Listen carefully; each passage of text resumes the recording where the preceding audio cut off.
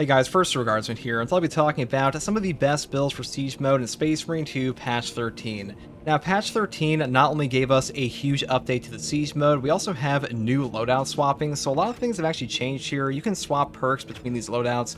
You cannot actually swap your Prestige perks, unfortunately, but because of the loadout swapping now, you can pick far more class-specific weapons for things like Chaos and Tyranids, and now in the Siege Mode, you will also encounter things like the Hard Stratagem modifiers, so some of these builds can change a little bit, but for the most part, these should serve you very well on the hard Siege.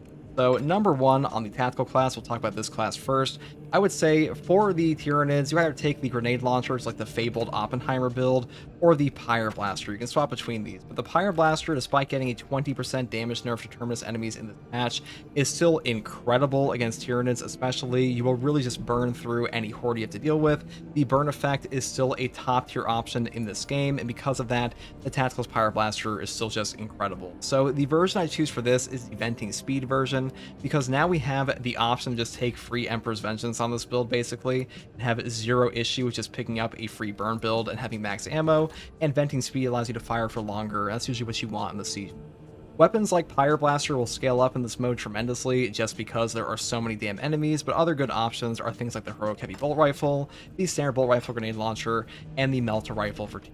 You know, if you want to take these, you definitely can. That is up to you. Now, for the perk tree here, we do start off with the perk Improved Fast Venting, weapons cool 20% faster. Then I move here into the perk Eternal Flame. Burning time increases by 25%. Burning is still the best part of the Pyre Blaster by far, so you definitely want this perk. Moving here to the perk Potent Flame, burning damage increases by 15% for the same reason. Then I grab the perk here, Flame of Ascension. Burning 5 enemies restores 1 armor segment, cooldown is 30 seconds. This is one of the only perks on Tactical that gives you any type of armor restore, so a really good option for him especially, and setting enemies on fire is a lot easier than killing 5 on the higher siege. Next perk here is Potent Flame, down here into the perk Flash Burn, enemies at 10 meters, Enemies at a distance of less than 10 meters take 20% more damage. Moving here into the perk Increased Capacity, and the final perk, which is Flame Purification, burning enemies take 20% more melee damage, because this will apply a debuff to the enemy that boosts up your teammates as well. Now, for the secondary here, you can either take the Rate of Fire Plasma Pistol or the brand new Heroic Plasma. The Heroic Plasma can do around like 280 damage on a charge shot, but it only fires out charge shots and the charge time is longer. So it's a little bit like awkward to use. I still think the Rate of Fire is better.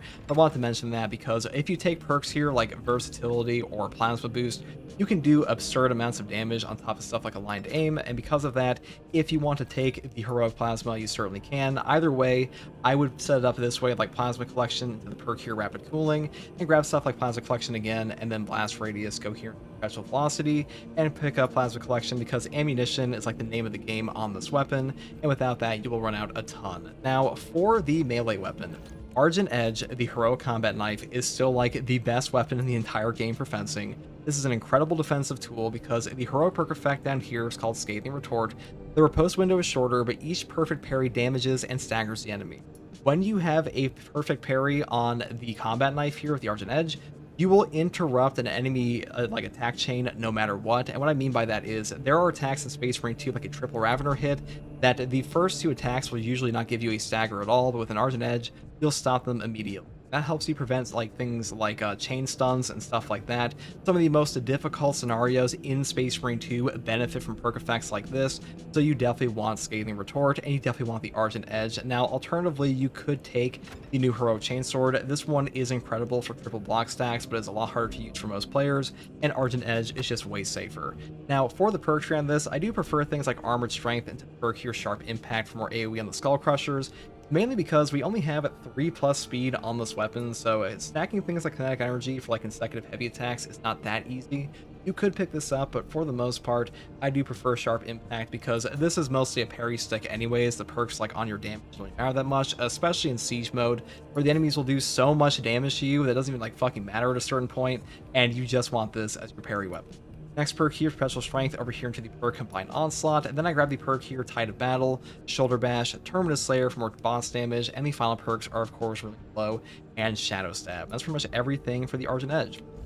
Now, for our perk tree on this build, I do take the perk Plasma Boost first. When plasma weapons are 30% overheated, their damage increases by 40%, and their charge shots use 1 less damage.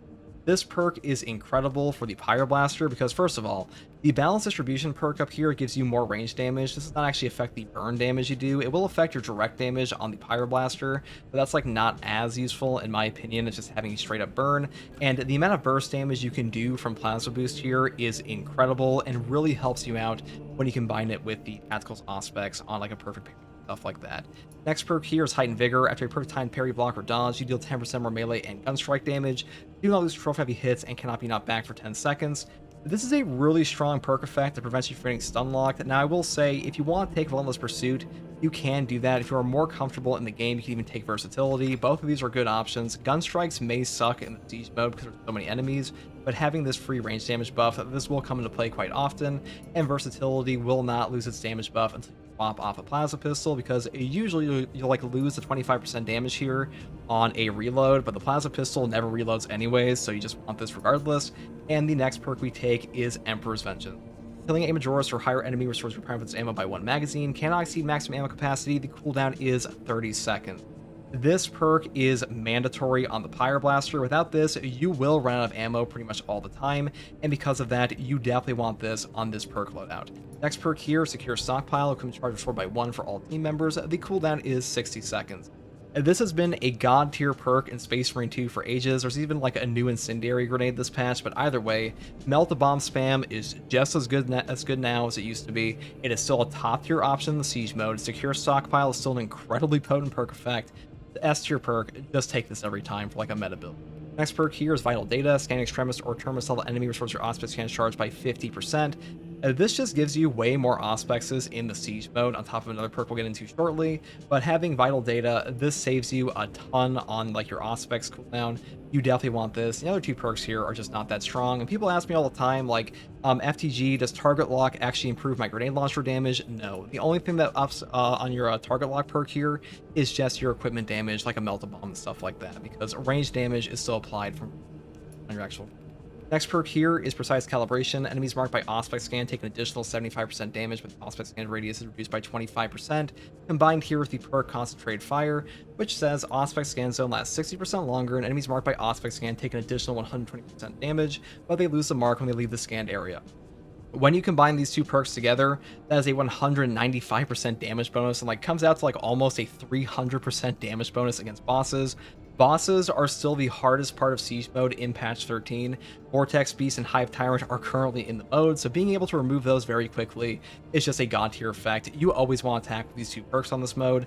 Best perk for sure, and I will say, if they are moving out of the scanned area, there are a ton of moments in Space Marine 2 where you can just like put this down with no problem. Just keep that in mind. Next perk here is Radiant Impact. A melee finisher additionally deals significant AoE damage in 10 meter radius. The cooldown is 90 seconds. This is still a god tier perk in Space Marine 2. It will still one-shot Majoris on the earlier waves. It will still overperform all the time. Really, guys, when you're looking at Siege mode builds in Space Marine 2, you always want something that scales up with the number of enemies around you. That's why Pyroblaster is so good. That's why the Grenade Launcher is so good on top of buying ammo boxes. And Radiating Impact is a top tier perk in hard strats and operations already, and it's even better in the Siege mode. So definitely pick this up. Now, for our Prestige perk list, unfortunately, we can't swap this out in our gun, like, at all, so we just take Skill Supplier, Ammo Reserve increases by 15%, and then we also take Spare Power for reflecting an ammo box restoring ability charge by 25%, because this will help us out with the Grenade Launcher loadout I'll get into in a second, but for the most part, this is a god tier perk in the Siege mode, because all you have to do is just walk over to an ammo station and just buy ammo boxes, and you'll be able to camp a boss immediately at spawn, get all of your charges back, put down Auspex, and just nuke their ass. So really good for your team. Next perk here is Resilience. Medicaid Sims restore 40% more HP, and the final perk is Fortitude for health increase of 15%, because having more valuable stims and having more HP to prevent one-shots is incredible, so you pretty much always take this perk combo here. And even though we do have a bolt rifle in our other loadout, this perk is not like that at all, because we're not using it for headshot damage whatsoever. And also in patch 13, they buffed up the bolter body shot damage, so it's really not too big of an issue. Now, for the second loadout here, let's talk about the Heroic Heavy Bolt Rifle or the Bolt Rifle. Now, people ask, like, which one's better? Which one's a better grenade launcher all the time? They are both good weapons, okay, guys? These are both very strong options. you really cannot go wrong. Personally, I prefer the standard bolt rifle a little bit for siege mode, mainly because you can go into this perk here, recoupment, for getting armor back on a headshot kill without going all the way down the top tree here. You cannot do that on the other version of the heroic heavy bolter. You do have to just receive the heroic heavy bolt rifle. You do have to go all the way down the top tree if you do this perk, so that does lose you like a little bit of damage and some other options. So for that reason, I just prefer this one. Now for the perk tree setup, here we'll reset the perk tree. Extended magazine first. These perks that say magazine size increases by 15% of the maximum. This will boost up the total ammunition available in your grenade launcher portion, so really good for us. Next perk here is magazine restoration, moving here into the perk of perpetual precision. Then I grab the perk here, able precision, and then over here into great might. Down here into increased capacity because this will also up your total grenades. Then I go up here into recoupment for armor restore and a headshot kill. Just keep in mind, you can trigger this on an executable enemy, and because of that, you will be able to just put an enemy to execute and then just shoot them in the head for like no problem at all. It might take you quite a few shots on the higher waves, but for the most part, it's just like free armor. Next perk here is cleaving fire, moving here to perk rampage for even more damage after 7 enemies ramp succession, which is quite easy to do because basically what you do in this build is you put down your auspex and you just obliterate them with a grenade launcher, especially on boss waves, and usually you trigger this perk effect. Next perk here is extended magazine, up here in headhunter for like a little bit of headshot damage, and the final perk is divine might. Now on the heroic heavy bolter or heavy bolt rifle, you could just set it up in a very similar way. The only real change here is like if you want to prioritize headshot damage for whatever reason, you could do something like this. Like this is an overall less effective build in my opinion, but like it's not the worst thing ever. You'll still get some damage. You can also go down to like a magazine for like more grenades, or you just go all the way. That is up to you. I just kind of prefer the standard rifle. Now for the perk tree on the bolt rifle portion, it's pretty much exactly the same. However, you have a choice of balance distribution or plasma boost. Balance distribution will give you more damage on your actual grenade launcher portion, which is pretty good against the bosses. Though I will say, in patch 12, there was a bug on the crack and penetrator rounds perk where you would get like a 50% bonus if you zoomed out of your gun with a grenade launcher when the grenades actually impacted while you were like not aiming down sights. I'm pretty sure that's patched. Maybe it's not. Either way, it's kind of like bug abuse in my opinion, but for the most part, it doesn't really matter too much. If you want to do that, you could. I'm not even sure if it's working. That's just like how it is for now. Next perk here is versatility. After switch weapons, your secondary weapon deals 25% more damage if that last still reloading puts you back to your primary weapon. You could really take, once again, whatever you want here. The only thing I would majorly swap is steady aim for like Emperor's Vengeance or even Emperor's Judgment here. The bonus boss damage here is quite nice, and also the reduced weapon spread and recoil are pretty good in the bolt rifle especially.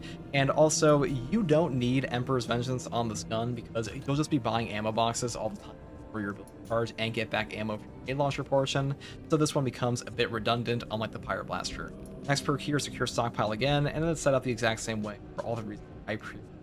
That's pretty much all there is for the tactical siege mode setup. I mean, it's pretty much the same thing as it used to be. The only major changes I would make are like maybe the block chain sword here, like I mentioned before, or like the standard one. Block is still quite strong in this game. If you want to take that, you definitely could. But Power Gladius does not perform that well in the siege mode, mainly because the bosses just don't sit still. And setting up like a full shadow stab on your tactical is super awkward with like 15 extremists around you during boss fights. And for that reason, I do prefer the Argent Edge. That's all there is to say about the tactical class. And now for the assault class, once again, most things here are pretty much the same. We take a Power Fist on the block or balanced for the Chaos or Tyranids. Honestly, you just use this the entire way if you wanted to. They're both very strong options. People ask me all the time, Mr. FTG, what's stronger, the balanced Power Fist or the block Power Fist? So balanced Power Fist is really strong. When I've played this in lower waves of Siege, I usually find this one's pretty good for like pushing in the lower waves. The times when block becomes really good in this game is when you're fighting against Hellbrutes and stuff like that, because you can get a free stagger effect here on the charge attacks with 2 Adrenaline Surge charges. Also keep in mind that when you're fighting Chaos in this game, every time you perfect block with a block weapon, you will get like a 60% range reduction for 2 seconds. That is really good for fighting Chaos, but usually when we're fighting Chaos, we'll be using the other weapon I'll get into in a second. But for now, between these two, they're both very strong. This one just has better cleaving and better like base damage because 19 strength is over the base strength of the block fist. You have to go up on Adrenaline Surge charges to actually reach that same level, and for that reason, I just kind of prefer taking balance like early waves and like block in the later wave. And usually I only use. Now, for the perk tree here, it's pretty much always the same, which is Perpetual Strength into the perk here, Fast Preparation or Heavy Preparation for charge attack times. Charge attacks are like all that matters on the Power Fist anyways, guys. It has not changed in like 15 bajillion years in this game. The heavy attacks on the Power Fist are just the best attacks in this period. You always take this perk. Next perk here, Perpetual Strength, up here to Perpetual Strength again for a 10% melee damage buff. Then we grab the perk here, Focus Intention. When your health is below 30%, you take 50% less health damage while preparing heavy attacks. This one is incredible for health damage reduction while charging your attacks. Focus Intention will do a ton of work for you, and also if you're taking this into Chaos for whatever reason, you don't want to use the Thunder Hammer, this is just such a good option here. Like, this will just save your life. You'll be able to trade more often than you otherwise would. There does come a point in like the higher waves of Siege where trying to trade on a Power Fist will just like straight up get you like obliterated by enemies because of so much damage. But for most gameplay, I think people will be fine with this perk. Next perk here is Tide of Battle, which actually increases your power wave forward distance from 10 to 20 meters. The charge attack on this weapon has like a 20-meter range. Just keep that in mind. It is way better than it sounds initially, so you definitely want this perk. Next perk here is Strength of Will for a 20% range damage reduction on performing a heavy attack, which does count for your charge attacks, so you get more damage reduction. Then we go up here into the perk Following Blow for like a free back fist 2. And the final perks are Combo and Combined Majora Slayer here. That's pretty much all you want on the Power Fist. Now, for the build on this, on the secondary, I just always take the Rate of Fire Plasma. You could swap to a Heavy Bolt Pistol. I haven't tried the new secondary Carbine that much, so I haven't hit like full level just yet. This might be a top tier option, but I kind of doubt that because the Rate of Fire Plasma, even the Charge Plasma, are just such strong guns in this game that it's pretty much overtaken all the other ones and hasn't been nerfed at all this patch.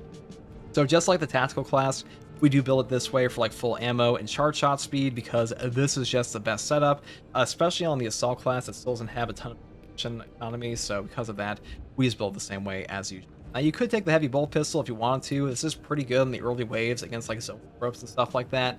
But after the timer runs out in siege mode, enemies get progressively stronger, and because of that, there does come a point where your heavy bolt pistol will do like jack shit for contested health recovery, which is why it kind of falls off after a while. But you know, for most players, if you want to take this, you'll be fine. If you're trying to go like 25 or like 50, you'll be totally okay. Now, for the perk tree here, it's pretty much the same way every time. The best setup is just overcharge. Damage from held charge melee attacks increased by 25%.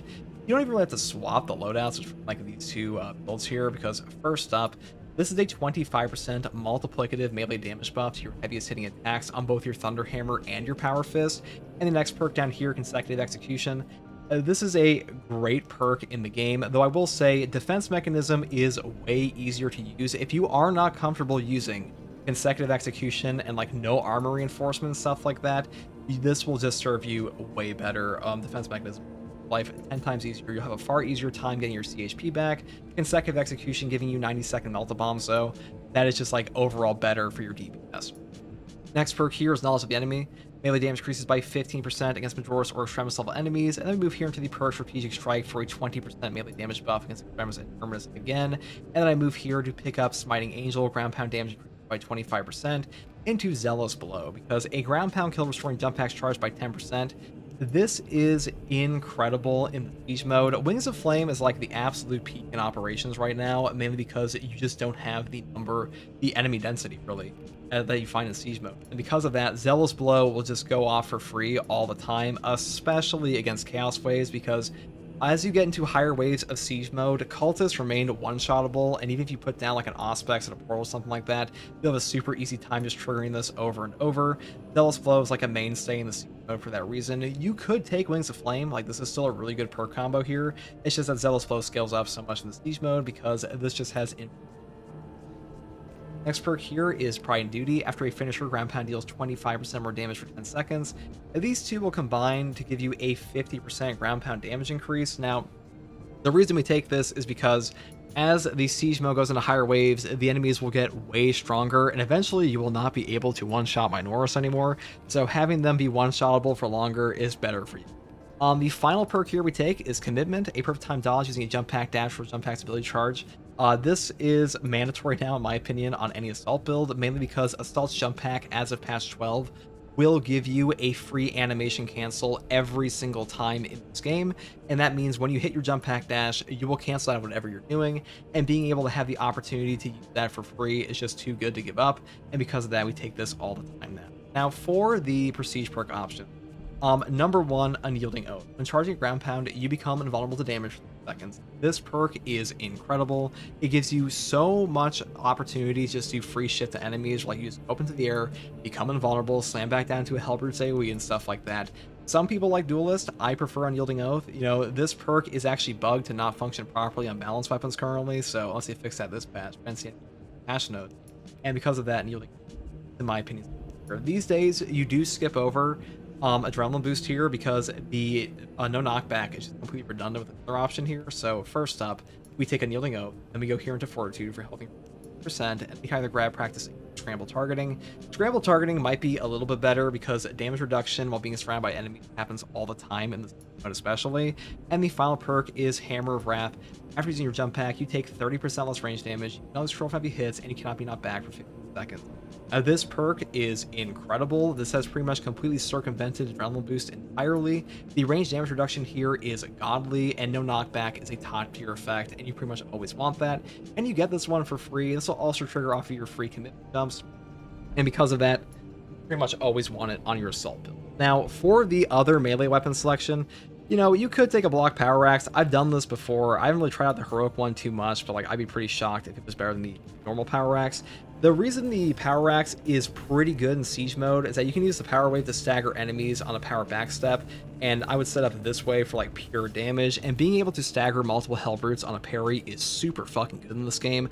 Unfortunately though, the Vortex Beast is now in siege mode, and because of that, the power axe power stance mechanic, it will actually break the target lock of the Vortex Beast, and because it breaks that target lock, sometimes the Vortex Beast will give you like one free parry and flail around into like the Oblivion, and you also can't stagger the Vortex Beast at all in this game because it has no stagger animation, and because of that, I still think the Thunder Hammer is probably better for Chaos. I mean, as far as options go, you could take whatever you want, but like Block Axe will still serve you pretty well. It's just that the Thunder Hammer has 100 cleave on the ground pound, allowing you like one shot up to 100 guys, and I would generally set it up this way because the perk combo down here, let me just explain why we're taking this. So the perk combo down here with Seismic Chain and Ground Slam, this is really, really good. It's just unfortunately, the enemies in siege mode, there are simply too fucking many of them, and you will not be able to pull off your Ground Slam combo that often, especially on a block version. And because of that, the Shattering Impact Seismic Chain perk combo does not come to effect as much, and you are better off with the Extremis bonus damage here.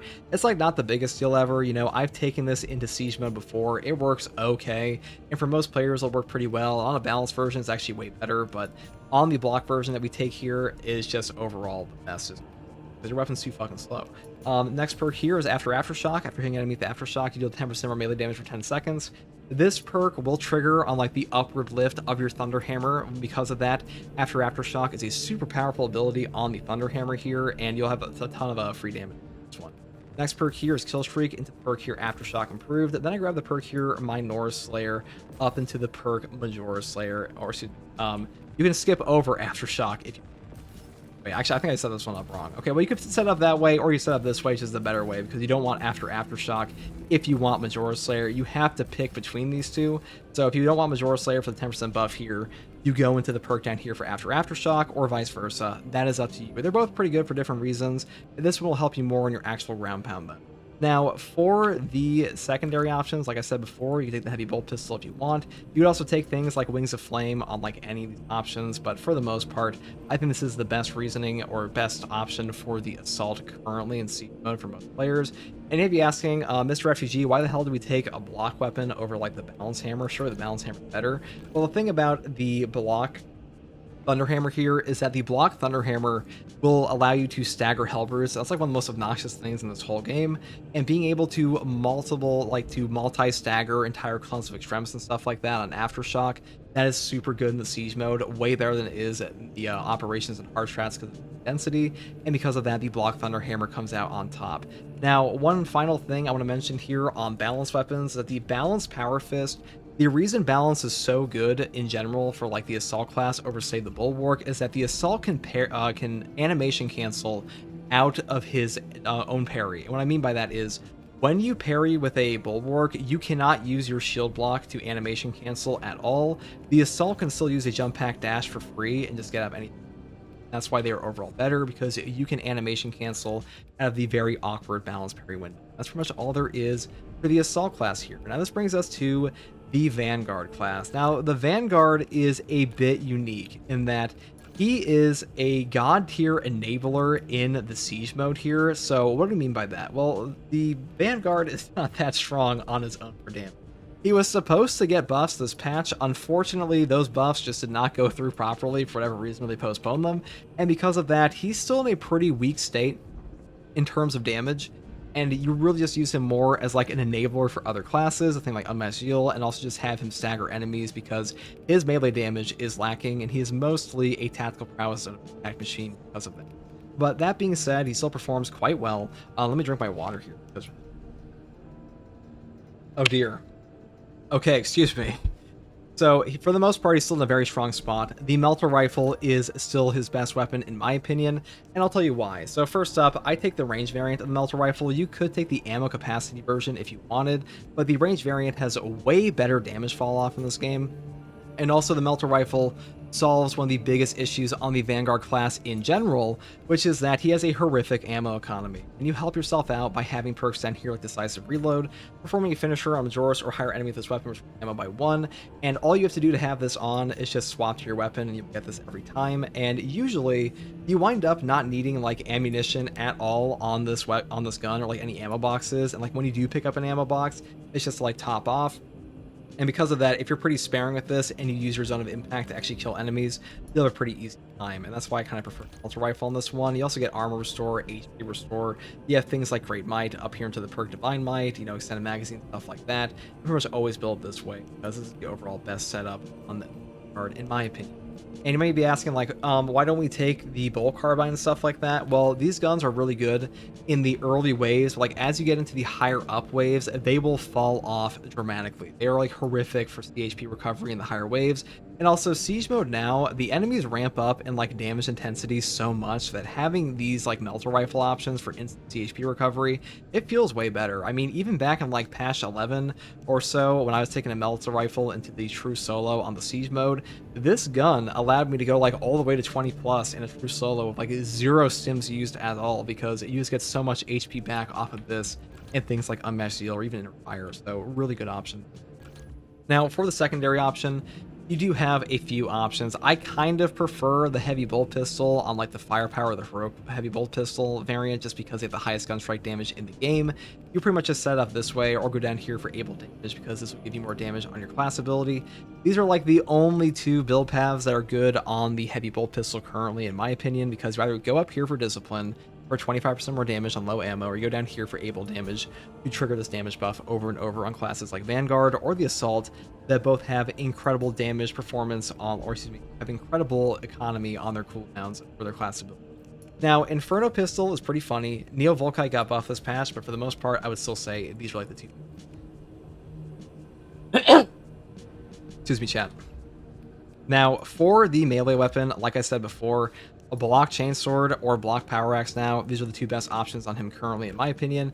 This is a very strong new heroic we have here. So this is the brand new block chainsword we got in patch 13 here. God, I'm like brain party. This is the brand new heroic block axe we have, block chainsword. I actually am brain. The whole point here is that you have the heroic perk effect, Fury of Shigorist. Adrenaline Surge stacks are increased to 3. The third stack has a higher damage bonus, but the bonus for the second stack is reduced. This is a incredible perk effect. Now, the second stack losing its buff is kind of shitty, but for the most part, you can get so much free damage on this thing, and an 8 speed on a block weapon, that feels really good to use. And you have to keep in mind that the Vanguard class has a 50% bonus to his contested health recovery here. This only applies to melee attacks, but that being said, having a swift recovery perk to double your CHP recovery on an 8-speed chainsword, you're going to get back a tremendous amount of CHP on this weapon.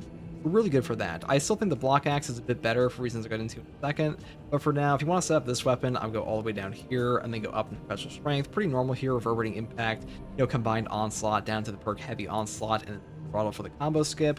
Then I grab the perk here, hard target, over into the perk for Slayer, because the damage here is just the best you're going to find. Though alternatively, you could skip over like reverberating impact and go bomb tree for momentum gain. The light attacks here don't matter that much in my opinion, so for the most part, this is the best setup. Now, the block axe is still the best weapon on Vanguard in my opinion, because the power backstep is just that strong in Space Marine 2.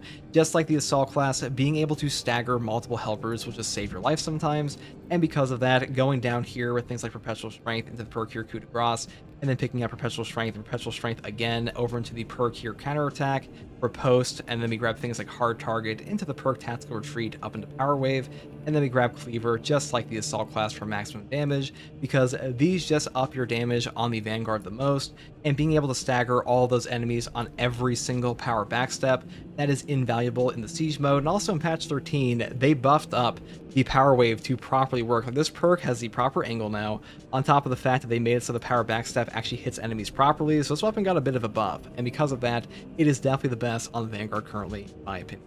Now, for the perk tree here, I do take Upper Hand first for no knockback triggers for every 10 seconds. This will prevent you from being like permanently stun locked, which is pretty nice. And also Melee Mastery and Moving Target, these perks just kind of fucking suck, guys. Like, I'm sorry, I hate to break it to you guys.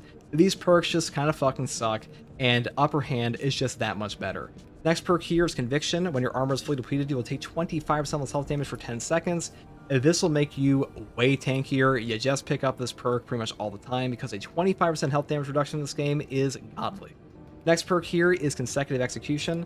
Killing 7 enemies in rapid succession starts by 1. The cooldown is 90 seconds. Just like the Assault class, 90-second Melta Bombs will save your life. They will make your runs go way easier, and because of that, it is still a top tier option. Next perk is kind of up to you. So basically, you can take Unmatched Zeal here for the 30% healing, which I think like 99% of the player base will want on like all the Extremis and Terminus, because there are so many Extremis in the Siege mode. Just keep in mind, unlike patch 12 and below, you can no longer finish off every single boss in the Siege mode because of the Vortex Beast and Hive Tyrant. The Vortex Beast and Hive Tyrant do not have execute animations, and because of that, you will not be able to actually get this perk to trigger on. They also give you armor back, as far as I bought them like one time on the Vortex. But as far as this perk goes, still a top tier option, super amazing enabler for your entire team. All your runs will go smooth. Inner Fire is also a great perk effect. Unfortunately, this one got nerfed a while back. It used to work on like every kill you did. Now it only works on like the actual finishers, and because of that, you don't get as many triggers, which means it doesn't help you out as much as it should or used to. It does kind of suck, but for that reason, you could still take Unmatched Zeal.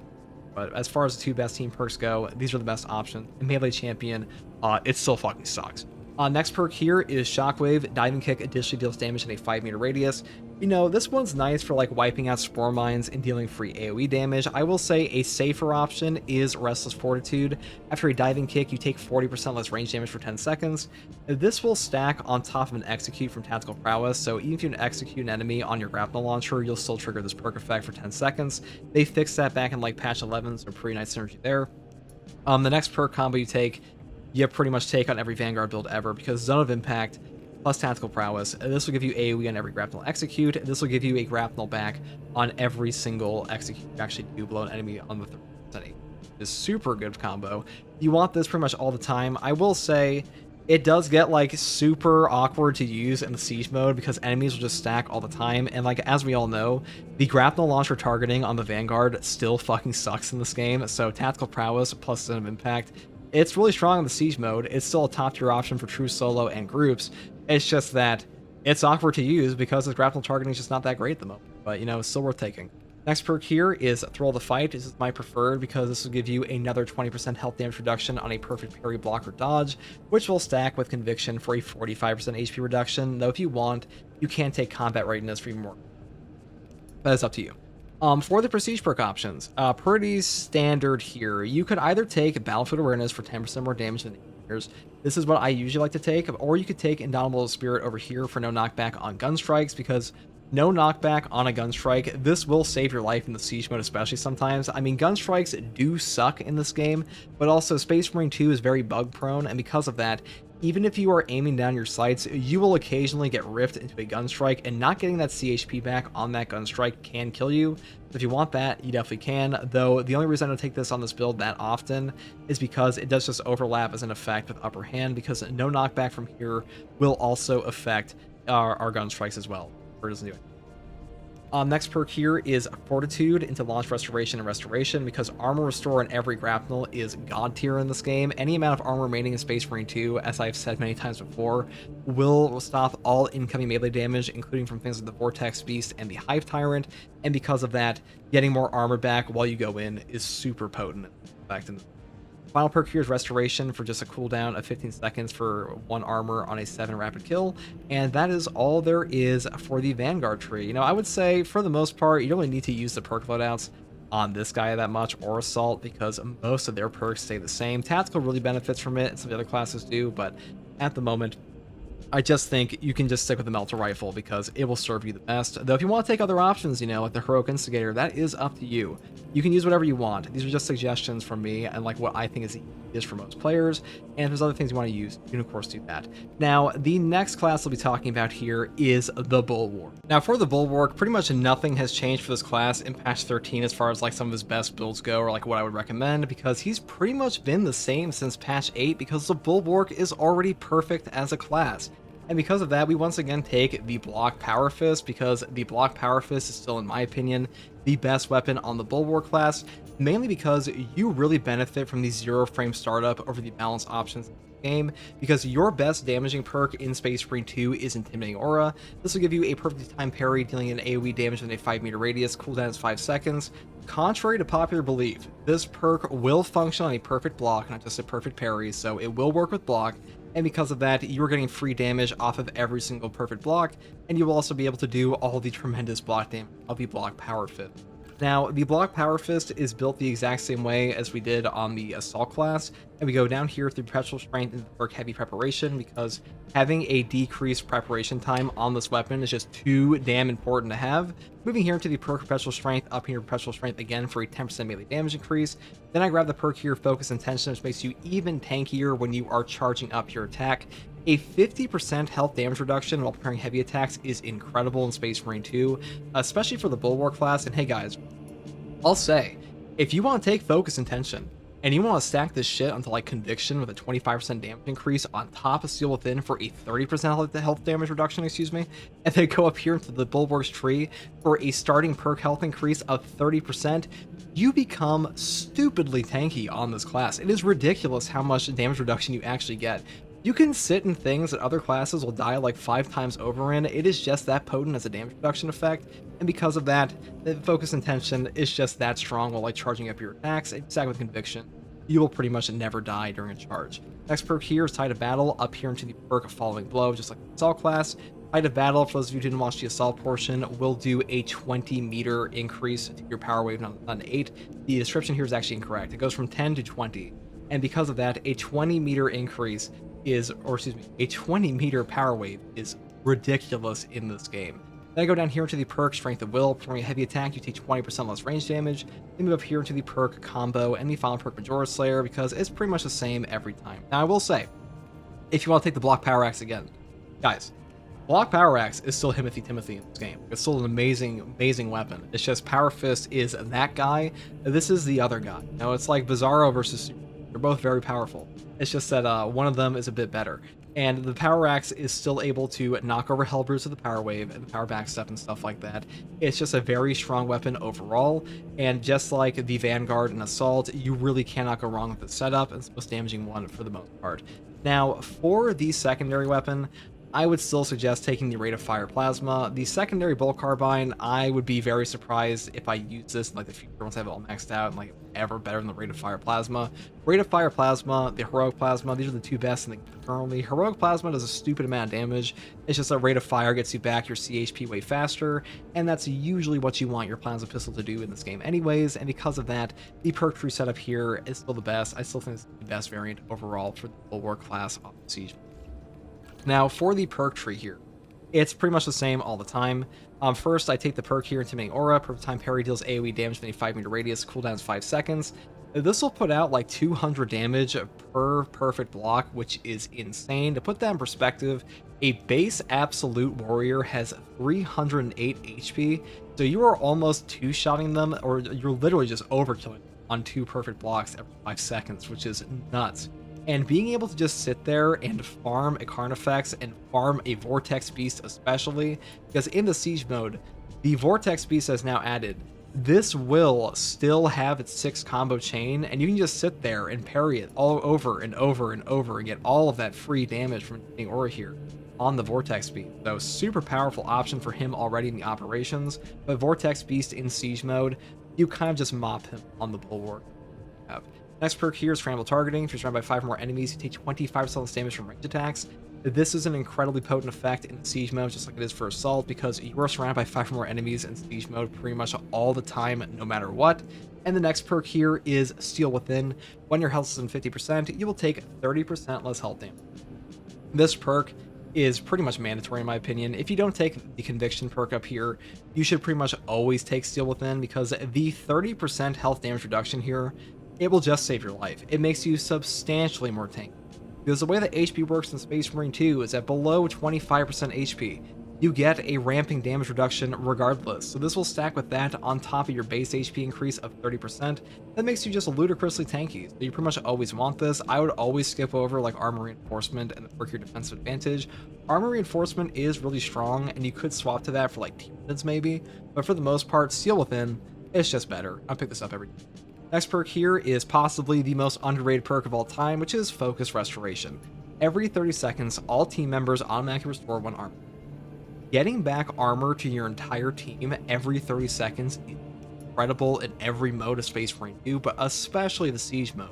Because as enemies ramp up in damage, the damage reduction 1 armor is doing for you is the difference between instantaneously exploding on like any class, because enemies will like damn near one-shot you, if not literally one-shot you on harder waves.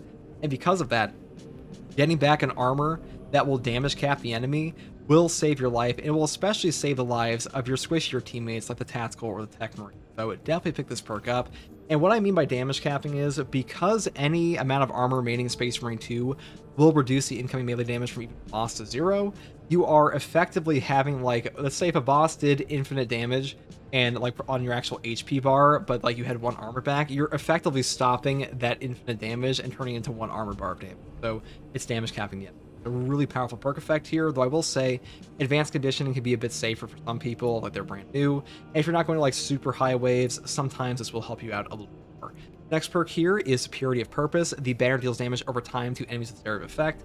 This is an incredible perk in Space Marine 2, and like really the other 2 here are not strong at all, in my opinion. Rapid regeneration cuts your banner duration in half, which you're getting less opportunity to do any armor restore, and like I said before, armor will damage cap you, so you're cutting that damage capping in half with this perk. Granted, this will help you out against like range attacks more, but you're also losing the damage of Purity of Purpose. In a mode like Siege mode, where there are so many enemies, perk effects like this that do damage over time to multiple enemies at once, they scale up in value tremendously, so a really good option. Next perk here is, of course, the classic Banner Healing with Invigorating Icon. The banner is activated, all team members regain maximum contested health, but recharges 50% slower. In the Siege mode, guys, this will save you like biblical amounts of requisition points, or excuse me, the currency in the Siege mode. So you definitely want this every time. Having a Bulwark or a Vanguard with a perk here, they will just save you so much on currency that you might be able to like straight up buy a Dreadnought with the amount you saved here. So pretty much always take this, and also it just makes your runs go way easier for everything. Granted, this one is less automated than the Vanguard's is, and because of that, it is far better in a coordinated team, but also the Bulwark as a class in general is better than Vanguard, so there is just that. Varying Icon is part of the reason. Next perk here is Merciless Resolve. After a Shield Bash, Shield Rush, or Thunder Hammer Pommel Smash, melee damage increases by 15%, you don't lose control of heavy hits, and you cannot be knocked back for 10 seconds. This is the no knockback enabler on your class. All you have to do to trigger this perk is simply Shield Bash the air, Shield Rush the air. You don't actually have to hit anything with your Shield Bash. Just keep in mind, to reapply this perk effect, you do have to wait for the previous 10 seconds to go up, so you cannot actually reapply this while it's active. Keep that in mind. Next perk here is Defensive Mastery. A perfect time parry or block instantly incapacitates a Majoris or Extremis level enemy. The cooldown is 90 seconds. This may not sound that good initially, but in the Siege mode, when the enemies start to tank entire Melt-A-Bombs, or they just have ridiculous amounts of damage, or there's just like an annoying-ass Biovore on your ass, being able to one-shot them is pretty nice. And a 90-second cooldown on like a 2-hour game, maybe hour and a half game, because siege mode is a bit shorter now because the enemies do stack up quite a bit. But like, even if you get a god awful blessing or atonement in this game on the siege mode, this one is still an incredible perk effect. I will say there is like the potential for damage nuking if you take emergency countermeasure for shock nades on top of things like shock and awe, but for the most part, this one is so automated that being able to just nuke a guy every 90 seconds, it's super useful and also just scales up. Now, for the prestige perks here, you can either take auxiliary reload. This one does scale quite well into the siege mode because this is like your main form ammo restore, but for the most part, I kind of prefer to take resilience. I think this one is a bit better with auxiliary reload. I just kind of like more valuable stims personally, because when you have resilience on the Bulwark and you're just holding one stim, your effective use of a stim becomes so high that you can just kind of like just camp the you can kind of just camp enemies and just easily just hold your HP at like 30% HP for your teammates and just help them out there. You don't have to worry too much about like only having one. Next perk pretty much always take is Overcharge. Health and charge attack damage increases by 20%. Moving here into the perk Powerful Shot, and the final perk here, Masterful Defense. Ability charge restored by 1% for every blocked range. This perk is incredible. You will get a banner back all on its own just from this perk, especially on the chaos portion, because the minigun terminators, they will just shoot into you over and over and over with this perk, and because of that, you will get free CDR like through the roof. This perk is incredible, and having a 1% ability charge back for every block range attack, even on the Tyranids, and like CDR is king. For that reason, this perk is god tier. Now, I will say, one final option, if you want to skip over Powerful Shot, you could take Standard Bearer. When the chapter banner activates, you become invulnerable to damage for 2 seconds. This is a great option, because what happens with invulnerability in Space Marine 2 is that you are not only invulnerable to damage for 2 seconds, you're also invulnerable to knockback. And that will allow you to sit there and just like tank an enemy attack. You'll phase right through the attack, and that way you can set up more easy damage, you can set up free parries and stuff like that. It is a really potent perk effect. I just kind of prefer setting up this way because that's just my personal preference. Now, as a final note here, if you want to swap some of these perks, you definitely can. Armored Contempt is a shit perk, guys. This perk sucks, especially in Siege mode. I know it looks pretty enticing if you're new, but the damage here is just not good. It has not been buffed. These two perks will save you way more, and for the most part, as far as melee options go, the new Chainsword here is still very strong, Block Chainsword is very strong. I would generally avoid the Block Thunderhammer, because the Block Thunderhammer and the Balance Thunderhammer on the Bulwark class, you do lose your shield with these, and because of that, they're kind of like the de facto worst option on the Bulwark class, because Bulwark needs to build to do a lot of his class features. But for the most part, all his weapons work pretty well, like block power swords. I'll take those. You definitely can. I think this is like the overall best setup. Now, this brings me to the Sniper class. Now, the Sniper is a bit unique. Players love the Last Fusel Rifle, and I also love the Last Fusel Rifle. I will say, the de facto best option on the Sniper, in my opinion, for Siege mode, is just the Heroic Bolt Sniper. Because in theory, if you're hitting every single headshot, you are having infinite ammunition, you are doing ludicrous amounts of damage, you will straight up remove bosses from the map like the Neurothrope. That is a really strong option, but you can also accomplish that in a lot of his other options here, like the Stalker Bullet Rifle, the Heroic Instigator, or the Last Fusel. I would set up a Last Fusel like this if you're going for Horde Clear, and if you don't want to do that, you could set it up like this instead. Here, I'll show you. So for the Last Fusel, if you want to set up this way, all you have to do is just go all the way down the top. This is like the best damage you're going to find here, and all ammo economy features are usually enabled just by your own versatile precision each perk tree we'll get into in a second. But as far as like a damage goes for the Heroic Bolt Sniper, I would set up this way. Getting ammo back constantly is super nice. If you don't feel comfortable against Chaos with this weapon, you can swap to like the Last Fusel. You can swap to a Bolt Carbine on the Marksman variant or the Automatic variant. Like I said before, the Automatic Bolt Carbines, they do kind of fall off after a while because the ramping damage reduction of enemies is just so ridiculous at a certain point, even in new Siege mode. But for the most part, these are still really strong options. A Heroic Bolt Sniper will help you out a ton. It's just hard to use Chaos for obvious reasons. Also, the Vortex Beast doesn't have a very obvious head shovel. There's also that. But, these are up to you. I just want to make sure people are aware of like what you want to use. As far as the Heroic Instigator goes, you could set it up like this. These are all the build options I would take on these. Now, as far as your secondary goes, I would take either a Heavy Bolt Pistol, maybe an Inferno Pistol for lower waves. The thing about the Inferno Pistol is it has a lot of one-shot perks like Trick Shot that I don't kind of like to use. Siege mode, because being able to one-shot 5 enemies, that is basically like fucking impossible at a certain point in Siege mode, so I do kind of stick to like a heroic bolt pistol or like a heavy bolt pistol and things like that. The gun strike damage here is very strong. The heroic bolt pistol gets you back triggers or pattern of excellence, and because of that, getting your equipment back on this weapon is quite easy. And for the most part, like, you don't care about the damage of your secondary that much anyways, because, like, are you really going into the map to be like, oh man, I can't wait to use my secondary gun to just like one-shot all the guys? So because of that, I just kind of prefer the other option. Now, as far as our melee weapon goes, I would pretty much just take Argent Edge again here. The Power Gladius, I'll say this, okay, before we get to the Argent Edge. Power Gladius is a good option, because the Power Gladius stacks really, really high on the damage on the sniper, and unlike the tactical over here, you can actually set up your damage with the Power Gladius far more easily, because the Power Gladius is able to be used while you're invisible with the Shadow Stab here, and being able to go invisible and also have it like a brief period of invulnerability on the sniper class, that will help you out to setting up your Shadow Stabs a ton. And if you take the perk setup like this on a Power Gladius, this will actually benefit you on like modes.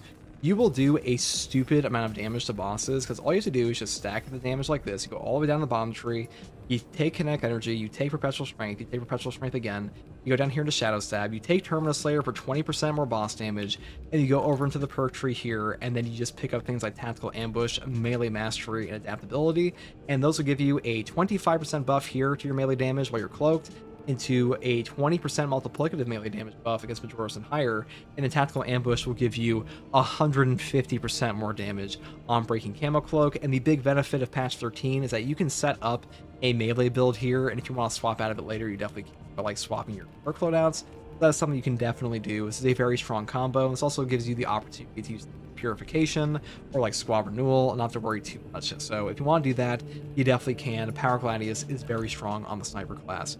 Now, personally, I prefer to take Argent Edge, because Argent Edge is just way safer. You can set it up like I showed in the tactical earlier, or you can just keep it this way. Like, honestly, Argent Edge is such a free parry stick that just being able to parry with this weapon is really all you have to do. And a nice little benefit of the sniper class with Argent Edge is that the more gun strikes you do, and the more times you're going to be triggering things like Exacting Focus for a 20% range buff for 10 seconds after a gun strike. That's a nice little synergy there, and Argent Edge, just like tactical, is really safe for you to use. It will stop the most annoying those against Chaos Spawn and Raveners and stuff like that. And even though the sniper is way better at getting out of situations like that than tactical is, being able to just instantly parry them and stagger them, that's still really, really useful for you, for you're aware of. Now, for the general perk tree, like how would I set up the perk tree on the sniper class here? Well, that's actually pretty obvious in my opinion. So first up, if you are taking, you know, one of the bolt rifles, or like the bolt sniper rifle, stalker bolt rifle, you take Iron Grip. It's the only perk in this tree that does anything. If you're taking a bolt carbine, you take Dexterous Hands. If you take Lethal Efficiency, the last few, take everything. Fortunately, in patch 13, you can just set these up distinctly across all 3 perk loadouts. So this is something you can do. The perk loadouts may not swap your prestige perks, but being able to swap for like weapon specific stuff now, that is something you can do. So like if you want to take one of your builds and use the Heroic Instigator, you can just swap to this, and then vice versa. Now, things I would take pretty much all the time on every build are stuff like Melee Mastery. This is one of the best perks in the entire game. Melee damage increases by 20% against Boros and higher enemies.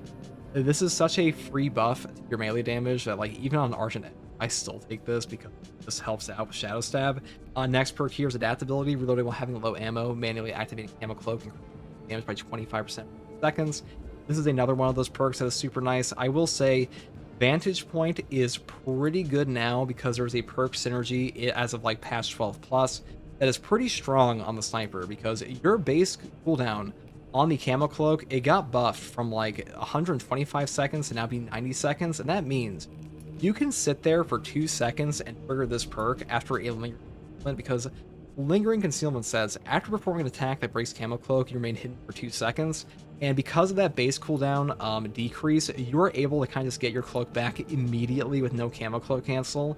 And you can sit there, trigger Vantage Point after your cloak. You will break the cloak off your shot from Vantage Point. Your cloak will almost come back from that lingering time because it will start its cooldown. And like once you are out of your cloak again from concealment, you'll pretty much be able to go right back in, sit there, use Vantage Point. That's a pretty nice combo. I just want to make sure you're aware of it. Like if you want to use Vantage Point, you can definitely do it. Next perk here is either Marksmanship, the perk down here, Precision Targeting, or Squad Renewal. So this is a bit controversial, okay guys, maybe a little controversial. You don't have to take Squad Renewal, right? You don't have to take this, because in the Siege mode, there are times where like the enemies have so much HP that your bolt weapons just suck ass, and you don't really have to use this as often. I still think it is the best option to take overall, because this allows you to take Purification and still get all of your Camo Cloak back. But that Camo Cloak cooldown buff they did, that did benefit the snipers so much that you don't necessarily have to take this perk anymore, and that's kind of like the whole reason they did it, because for a long time, the Squad Renewal or Renewal perk, it was just like mandatory on the Sniper class with that base cooldown of 90 on your Sniper Camo Cloak. It will come back significantly faster. You don't actually need the 10% ability charge restore all the time. I still think it's the best option, but for the most part, you can pick what you want. So if you want to take Marksmanship for a 10% damage buff on the headshot, you can do that. If you want to take the perk over here, Precision Targeting, which is a weapon spread reduction of 25% in range damage against the premise and terminals being increased by 15%, you can also do that, but for now, I'm still taking Squad Renewal. Next perk here is Purification. Manually activating Camo Cloak removes negative stats effects and restores all contested health. This is still a god tier perk on the Sniper class. You pretty much always pick this up for like a hard siege run, because being able to just like be a squid inking that just like hits one button when you're about to fucking die is getting all of your contested health recovery, getting all of your contested HP back, on top of triggering invulnerability perks like Emperor's Grace for 2 seconds. When you hit your Q button, whatever it is on your console controller for your Camo Cloak, you will just be removed from the game for 2 seconds, and you get all of your HP back, and even if you're sitting like a Hellbrute AoE, you'll be fine for those 2 seconds, and it doesn't really matter that much. So it's like the best option, because the reality of Space Marine 2 is, inevitably, you will get fucked up, and Purification makes that being fucked up feel a little less awful. So taking this, generally the best option. Next perk here could be Targeted Shot or Tactical Ambush. I pretty much always skip over Guardian Protocol. This perk sucks ass. You just never take it. You're also giving up so much damage. Targeted Shot for range on like a Heroic Bolt Sniper or Last Fusel. If you feel like you can hit every single shot, take this. If you're building for Power Gladius, take this. Pretty simple. Next perk here is either Lingering Concealment or Persistence up here. When Camo Cloak deactivates, you take 20% less health damage and do not destroy heavy hits and cannot be knocked back for 10 seconds. This can stack with Conviction down here for a 45% health damage reduction. Now, Sniper, like the Techmarine, is the lowest HP total in all Space Marine. Now, unlike Techmarine, you are not a wet fart noodle, whatever that's supposed to mean. The point is that you are not like a little balloon that's about to be exploded at all times. You are the Sniper class, and you can achieve damage reduction only known to most of the classes. And a 45% health damage reduction will allow you to simply survive things that other classes like Techmarine simply cannot. So if you stack this, it will make your life way easier in terms of damage reduction, and also this is the only direct source of no knockback in the entire Sniper tree, outside of things like the 2 seconds invulnerability to knock back from Emperor's Grace, or the no knockback on gun strikes from Indomitable Spirit. That being said, I still think Lingering Concealment is better, because this gives you more utility, because it says, after performing an attack that breaks Camo Cloak, you remain hidden for 2 seconds. This will allow you to just use your Sniper Cloak over and over and over. You will stay out of your teammates' way over and over and over. And in the new Siege mode, there are some pretty diabolical modifiers that like occasionally go off that just suck ass if you're trying to like reposition yourself, and also make that way easier. The final perk here is Power of Excellence, performing 3 consecutive headshots for quickly charged by 1. The cooldown is 30 seconds. Guess what, guys? This is the ultimate melt-a-bomb loop in Space Marine 2. You just always take this, because the only real downside of the Sniper class is that your Horde Clear fucking sucks. Like, your Horde Clear is just not that good. I know, like, I see some newer players say, like, but Mr. FTG, my beam amplification, I'm gonna shoot through all the hordes. I'm like, yeah, well, what do you do when there's like 15 lictors in your face? You die, or you don't die, but like you're kind of stuck on like the parry loop. Being able to 30-second melt a bomb an entire Majora's Horde, that is a god tier option. You always take this in Siege mode. Like I said before at the beginning of this video and multiple times across it, when you are fighting in Siege mode, any ability that scales up with the amount of enemies on the screen will just do significantly better. Like, yes, very obvious, but a melt-a-bomb scales up like crazy, and a 30-second cooldown on that is god tier. So you just always take this, because without this, your Horde Clear kind of sucks. Now, for the Prestige perk options, we do take Emperor's Grace first. When Camo Cloak activates, you become invulnerable to damage for 2 seconds. This simply allows you to live through things that other classes simply cannot, so for that reason, always take this. Now, the next perk we were kind of forced to take no matter what is like the one downside of the whole loadout system is versatile precision. Performing a kill with your secondary weapon restores 15% of your prime weapon's ammo. The cooldown is 15 seconds. This does not work on the heroic bolt sniper. Unfortunately, the loadout section, or like a loadout solution we have here, it does not actually affect your prestige perk tree at all, and the only reason this is true is because they want you to dump your requisition points into here, because this is like the only requisition point sink in the entire game when you are like maxed out and everything. So for that reason, they want you to spend your points here, and they will not let you swap them out for free. As far as this perk is concerned, you take this because it solves your ammo economy even on the higher waves, and even though it does not work on heroic bolt sniper setups, it's still worth having as a dead perk for when you actually do other setups in your. Now, if you really want to skip over this on a heroic bolt sniper setup, you could take Emperor's Grace, Conviction, and like Exacting Focus or Indomitable Spirit, or even go for Material Upgrade, because increased radius, it does make it scale up even more into siege mode, and there are times where being able to one-shot like further enemies with like a Majora's Pack is still pretty useful. But for the most part, I set up Emperor's Grace, Versatile Precision, Conviction for a 25% health damage reduction, because this is like the perk that makes you tankier in the Techmarine, and the final perk can be up to you, Indomitable Spirit, Exacting Focus, or whatever you want. But Exacting Focus here is just a range damage buff, so I do prefer this one. And that is pretty much all there is for the sniper class in siege mode. Like, you can really use whatever you want, it is up to you, but like, you know, just build accordingly. And as far as the perk trees go here, I would just set it up like this way for like 99% of builds, and I would, for the most part, probably take Power Gladius over the Argent Edge if you. But if you're taking Argent Edge, go for Targeted Shot. And that is all there is for this class. Now, the next class here is, of course, the Heavy. Now, when it comes to the Heavy, your perk selection is pretty much the same across all of your loadouts. The big problem with Heavy is that he doesn't have a ton of perk variety. Even the Saber devs have said like they know this is an issue. One day it will be fixed, but for now, like, your actual loadout selection does not matter too much outside of your actual weapon. Now, for the primary weapon, I think is best for most players, that is the Heroic Heavy Bolter, and the reason for that is this is the only primary on the Heavy class that has a fencing parry window. All the other ones have a balanced parry window, which is really not too bad for like most players, but like when it comes to siege mode, there are times you will get stun locked unless you're like an experienced guy at the game, and even experienced players struggle with this sometimes. And having the 50% bonus parry window here from reinforced gun casing on top of that fencing window, it just makes your life way easier against Chaos Spawn, Warriors, Missile Terminators with like the melee Scarab Swords, and also the fact that you now have to fight the Vortex Beast and the Hive Tyrant in the siege mode. Being able to perfect parry a Vortex Beast on the 6 combo chain easily is going to save your life a ton if he decides to target you, so we're really good for you here. I think overall this is just like the best option for the majority of the player base, though I will say, you know, Heavy Plasma, Multi-Melta, Pyro Cannon, you can still use these, and even the Heavy Bolt Rifle, I think the Heavy Bolter is a bit better. Now, a hidden perk effect on the Heavy Bolter with the Heroic variant is that you reach your max fire rate immediately after holding down the trigger. Like, the moment you shoot this gun, you are at max DPS on the Heavy Bolter. It does not matter at all. This gun will just automatically just go straight from like 100 to 0, or excuse me, 0 to 100. Unlike the other relic tier versions, these ones have to basically build up to that max fire rate, and this one will just go in immediately. So that's a really good benefit of this. The big downside of this gun is that when you actually overheat on the Heroic Heavy Bolter, the overheat time is much longer than the relic tier, so you actually have to use reinforced gun casing here to get that cooling down a little bit, so just keep that in mind. Now, for the perk tree, I do take the perk down here, Fast Venting first, moving here to the perk Perfect Cooling. This one doesn't work so much in this game, like you don't really need this that much on this gun because you do have reinforced gun casing, but I still think these other two are still pretty nice, and sometimes it will help you out. I prefer it over the bottom ones here, like Contingency Plan or Perpetual Cooling. Next perk here is Increased Capacity, down here to the perk Headhunter. Now, I will say, you have a choice here.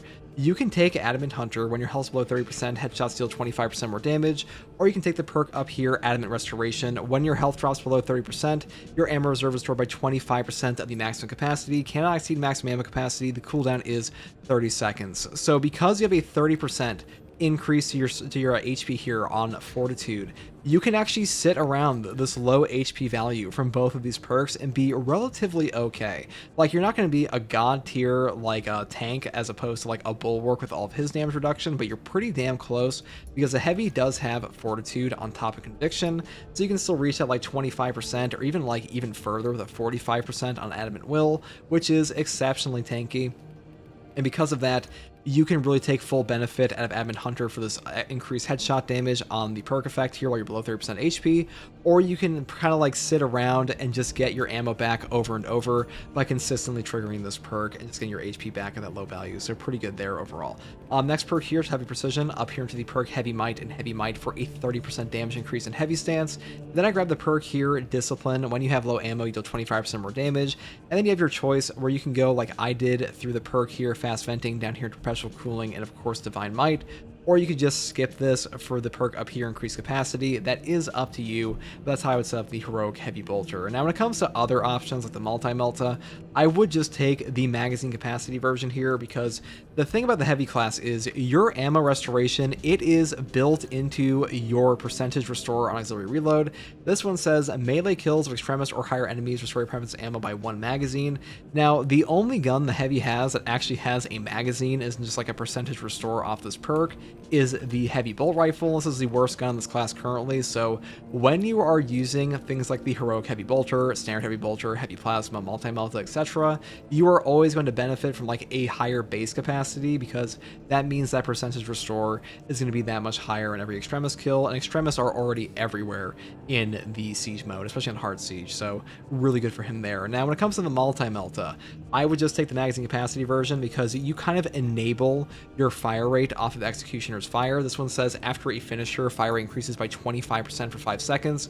This is a total fire rate enabler. Without this, your weapon's fairly slow, but like when you get this active, it does feel pretty good. The pyre cannon, on the other hand, I would say I would set up like this for the most part. I mean, this doesn't really matter too much, mainly because the pyre cannon is just not that strong in the game in general. I mean, the burn effect is very powerful. It's just that your CHP recovery here is very much lacking, so you'll definitely struggle on this one, more like say the multi-melta. Now, as far as your secondary option goes, I would still take the rate of fire plasma. I know, guys, like a lot of you guys been thinking like, why are we always taking the rate of fire plasma? It's just that good. I'm sorry, the CHP recovery here is just that strong. The heroic plasma pistol here is also a good option, because this one has the heroic perk effect overcharged plasma coils. Only fires charge shots with increased damage, but charge time is longer. This one can damn near one-shot Tyranid warriors and stuff like that on absolute difficulty, and it can literally one-shot every Chaos Majoris on absolute, so pretty strong there. And also in the siege mode, it's still a pretty good thing. I just think the rate of fire is better for CHP recovery, so I do take it this way. And for the perk tree, we pretty much always set it up down at the top tree down here to the bottom, because ammo economy on this gun is just by far the most important thing, because unlike your primary, you are not getting any ammunition restoration off perk effects on this class for your secondary. Now for the perk tree here, we do start off with the perk restoration. Killing 7 enemies in rapid succession restores 1 armor segment. The cooldown is 15 seconds. Just like I mentioned all the time, armor restore in this game is incredible. Being able to just armor restore yourself on a 15-second cooldown for damage caps against incredibly powerful attacks from melee enemies, because any attack from a melee enemy will be stopped by any amount of armor remaining, because any amount of armor remaining stops all damage from incoming melee attacks, because that's just how armor works in Space Marine 2, and for that reason it is way better than it sounds initially. It also helps out against the range attacks quite a bit. Next perk here is Fortitude. Health increases by 30%. This is the best perk in this column on heavy for like any build in the entire game. A 30% HP increase on top of Conviction down here for a 25% health damage reduction will make you like baseline as tanky as a Bulwark with Conviction and his starting perk, which is a pretty damn strong place to be, and because of that, the heavy is actually one of the tankiest classes in the entire game. Next perk here is Overwhelming Power. When Iron Halo is active, all team members within 10 meters deal 10% more range damage. This is a nice range damage buff. Alternatively, you could take the perk here, Versatility, if you want, for your secondary, because it will have the full active damage effect the entire time you have your plasma pistol out. I will say, a lot of people want the perk down here, Strategic Stand, for like more CHP recovery and heavy stance, but the thing is, there comes a point in siege mode where the enemies do so much damage to you that having 30% HP is just worth way more to you as a class than having like a little bit more CHP recovery, because your CHP recovery is already very strong on most weapons on this class anyways, and being low HP in Space Marine 2 doesn't matter too much if you have a ton of damage reduction and a ton of health increases, because if you have a base HP increase of 30% on top of Conviction, and you also have the innate ramping damage reduction below 25% HP that's already in Space Marine 2, you're already in a very tanky spot, and you don't need to like really worry about your strategic stand that much. Next perk here is Encompassing Aegis. All team members take 25% less damage from range attacks. This is just a global range damage reduction, which is just super strong in Space Marine 2. And the thing about range damage reduction is that range damage reduction will affect your armor, not just your HP, so it's actually better than it sounds initially. And because of that, you can stack this on top of Conviction, on top of Fortitude, and maybe even on top of Adamant Will, and you are just stupidly tanky on the heavy. Next class here, or excuse me, next perk here is Consecutive Execution. Killing 7 enemies and rapid succession which equipment charged by 1. The cooldown is 90 seconds. A 90-second Melt-A-Bomb is still top tier in Siege mode. It doesn't matter if it's patch 12, doesn't matter if it's patch 11, patch 8, patch 13. It's just a god tier effect. Equipment restore in this game will just save your life. It will carry your games. It will give you so much free damage, though I will say, if you want to, you can take Adamant Will for a 20% health damage reduction for 10 seconds after Iron Halo deactivates, because being able to take this perk, this will make you way tankier, and it's still a pretty strong option. And also you can kind of make up for your equipment regen, or lack thereof, by taking the Tacticals perk over here, Secure Stockpiles. If you want to do that, you definitely can, like there's attack on your team, but for the most part, on your own, in like general team comps, I would take Consecutive Execution. Next perk here is Power Regulator. Iron Halo loses energy 20% more slowly. Now, this perk or the perk up here, Field Adjustment, are both pretty good. This one comes out to like a little bit faster Iron Halo recharge, but like the discrepancy here is not that big compared to Power Regulator. Having your energy being lost 20% more slowly actually comes out to a lot of energy saved. That kind of like gets it pretty close to the recharge in effect as this perk, but if you want to take this, you definitely can't go wrong. Next perk here is Brute Force. When Iron Halo is in cooldown, range damage increases by 15%. Now, Iron Halo will count as in cooldown while it is active, so you actually get the 15% buff here on top of the perk here, Overwhelming Power, for each 25% range damage buff while Iron Halo is active. A really powerful combo, and honestly, the perks over here are not that strong. Wrath of the Imperium would be a great perk if it weren't for the fact that you have to actually expend your Iron Halo entirely for this to take effect. And also, if anything actually knocks you over on the heavy, this perk will just be shut off entirely and do nothing, which kind of sucks. Now, the final perk here is either Offensive Capability. When active, Iron Halo deals damage over time to all enemies within 5 meters, or the perk down here, Conversion Field. When Iron Halo is active, all team members within 20 meters regenerate ability charge by 50% faster. Both of these are quite good. This just wipes out Spore Mines and Cultists for you and stuff like that. It's also just free damage. This perk just helps enable your teammates. Coolant Reserve got a 35% damage increase this patch, and guess what? This perk still fucking sucks. And whoever made this perk and like thinks this like prerequisite of having your teammates all be dead or grabbed is like a good thing for a perk on your signature perk tree, I don't know what to say. This perk sucks. Don't take it. Now, for our Prestige perk options, I do take the perk down here, Reverberating Impact first. Stop area effect radius increases by 50%. Into the perk, Auxiliary Reload for ammo economy. And then we go here into the perk Conviction, and the final perk, Indomitable Spirit, for no knockback on gun strikes. Because if you aren't aware, the heavy class in general does not actually have any no knockback outside of his weapon perk effects like heavy immunity, which I should have mentioned earlier, that like you can definitely take this if you want like skip over the bottom tree here and go up here for the no knockback and heavy stance. It's a really good option, probably the best option to be honest. And as far as no knockback effects outside of that go, Indomitable Spirit's like the only one, and that's pretty much all there is for the heavy class guys. I know it's kind of boring that like his only real change in build comes from weapons, but like when it comes to weapon setups, Heroic Heavy Plasma does really well like this. If you're not building for Heroic Heavy Plasma, I would take like a Rate of Fire version or like maybe the ammo capacity version. And as far as a base tree for this is, just to show you guys who are curious, I would take it like this on the Heavy Plasma. Just go all the way through here, and then we pick up the perks up here because this will give you that no knockback. It will give you all that charge shot speed and give you more ammunition. So that's pretty much all there is for these setups. And that's pretty much all there is for the heavy class. Now, when it comes to the Techmarine, not much has changed for him in the Siege mode, except for one little thing, which is the fact that you now have access to your sentry guns in the Siege mode by purchasing them in the requisition store, and there's also something we were unaware was going to be coming for this class at all in the Siege mode, which is an upgrade to your sentry gun. Now, the upgrade to your sentry gun is actually quite substantial, so building around your sentry gun a bit with things like Augmented Tarantula, that's actually a worthwhile endeavor now, in my opinion, so I will be incorporating that into this build guide. I'll be talking about some of your better options for the Techmarine in the Siege mode. So, number one, when it comes to your primary weapon in Siege mode, as far as best options go for Techmarine, it's just the bolt rifle grenade launcher or the heroic heavy bolt rifle grenade launcher. There's no question that this is the same as hard strats and operations. The instantaneous CHP recovery of the grenade launchers in this game is just too good for the Techmarine. It also makes up for his very squishy nature and just like a lack of overall stagger in the game. And also their ammo economy is quite good. Now when it comes to the setup on the heroic heavy bolt rifle, I do take it in like kind of a way of building towards headshot damage. Not entirely, we don't go all the way up here, but the thing is, the perks down here like extended magazine size increases by 15% of the maximum. This will increase your total grenade capacity, and because of that, I do think it is worthwhile going down here first. Now, magazine restoration says, when your health drops below 30%, your ammo reserve is stored by a full magazine, cannot exceed maximum ammo capacity, the cooldown is 30 seconds. This will only restore the ammunition to your actual ammunition, like ammo reserve and stuff like that for your bolter rounds. It will not do anything for your grenade launchers, keep that in mind, but like these perks still increase that. Next perk here is Cleaving Fire, moving here into the perk Remote Threat. Enemies at a distance of more than 25 meters take 20% more damage.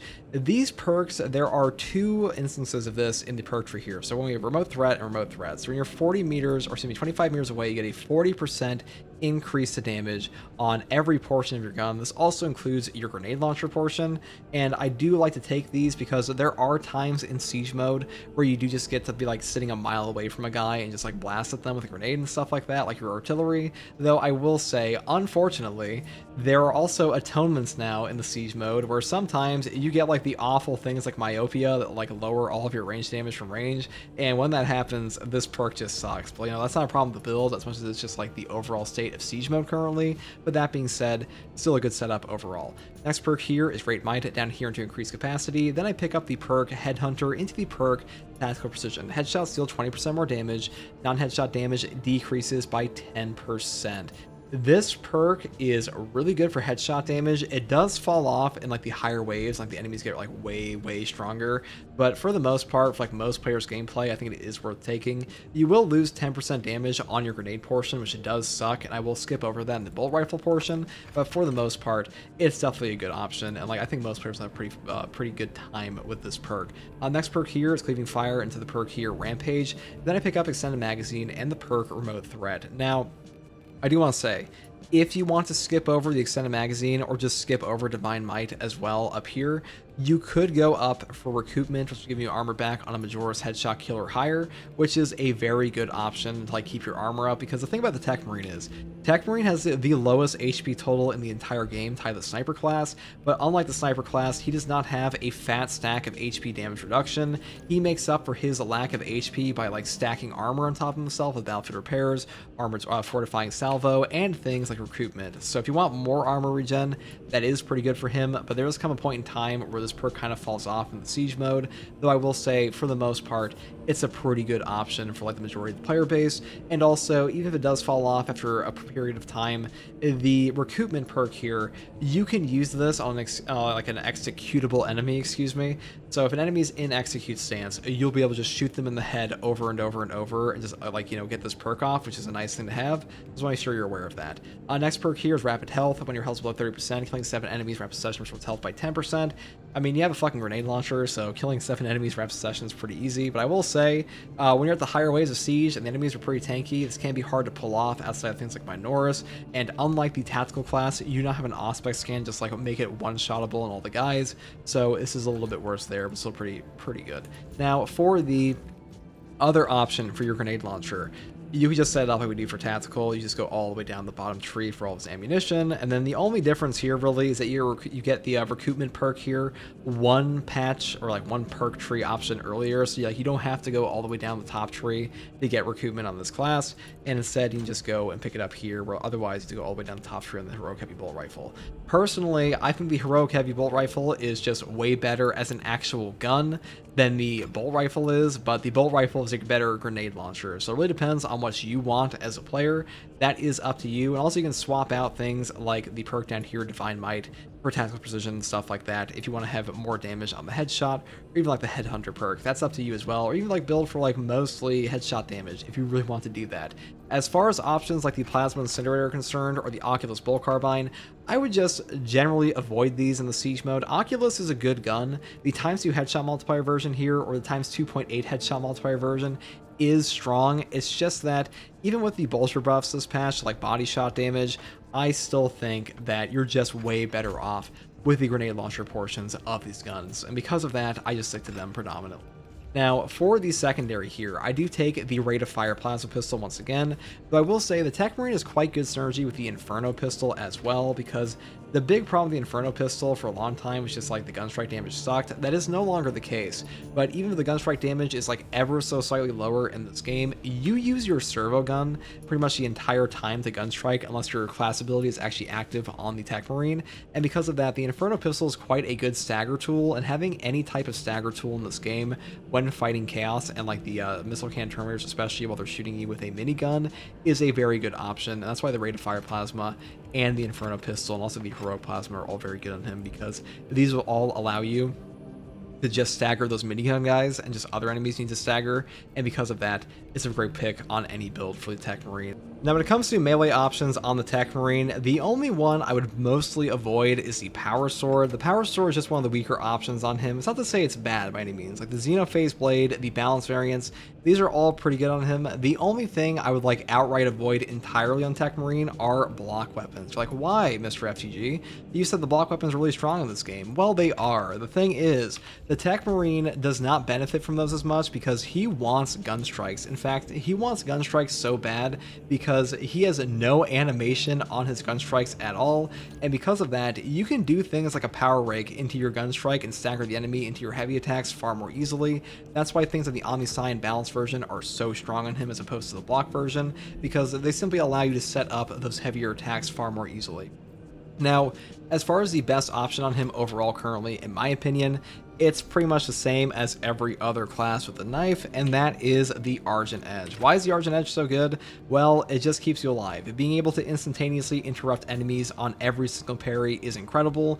Free damage on a parry is also incredible. That's more like a bonus effect on this thing. The staggering enemies is like the god tier pick for this, making it the best defensive weapon in the entire game, but I will give you some options for other ones. But for now, the Argent Edge, I was set up by going all the way down the top tree, pick up things like Shadow Stab. The build setup on this one doesn't really matter too much for your Argent Edge because like mostly a parry stick, but you can really set it up like this. You want to go for like full horde clear because sharp impact is quite good for like knocking around horde.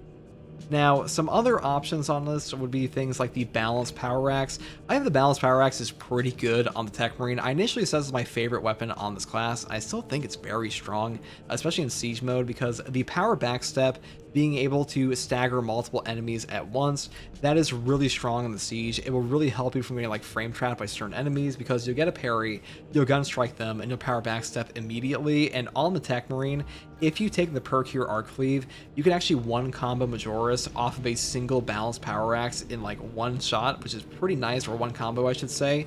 This is the exact same perk as the perk Overcharge on the Assault and the Bulwark. The description here is just incorrect for whatever reason. It's still a 20% multiplicative damage buff to charged and held attacks, so that includes power backstep.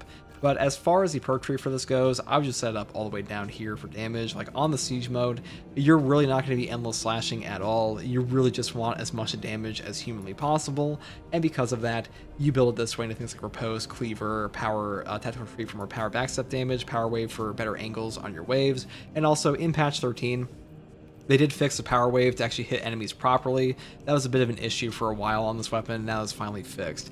Now, one final option I'll talk about is the balanced Omniscient Axe, because you guys love the Omniscient Axe. Hey, I love the Omniscient Axe too. When it comes to the Omniscient Axe in Siege mode, this is a hard weapon to set up on the harder waves.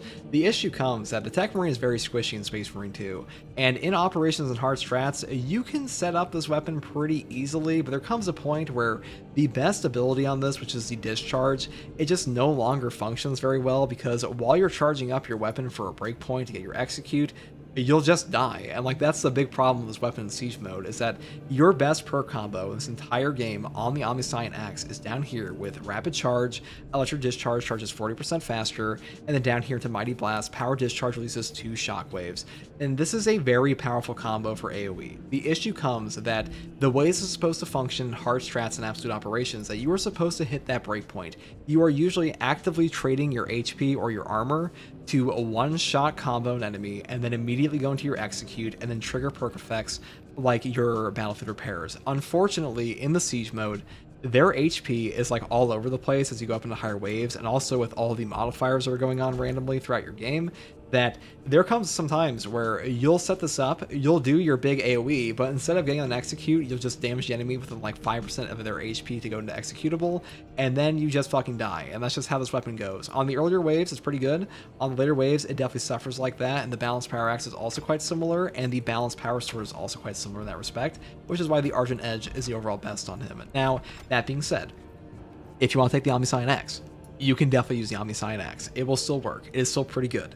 You just have to be very careful about that electric discharge. And as far as the optimal perk combo goes for this, I would set up here first with the Perpetual Strength into the perk here Armor Siphon, killing a foe with the Omniscient Strike, which was an armor segment to the cooldown of 60 seconds. Then I move here into the perk Perpetual Strength into Static Charge. Each foe hit during Omniscient Rush increases damage of 10% within 4 seconds.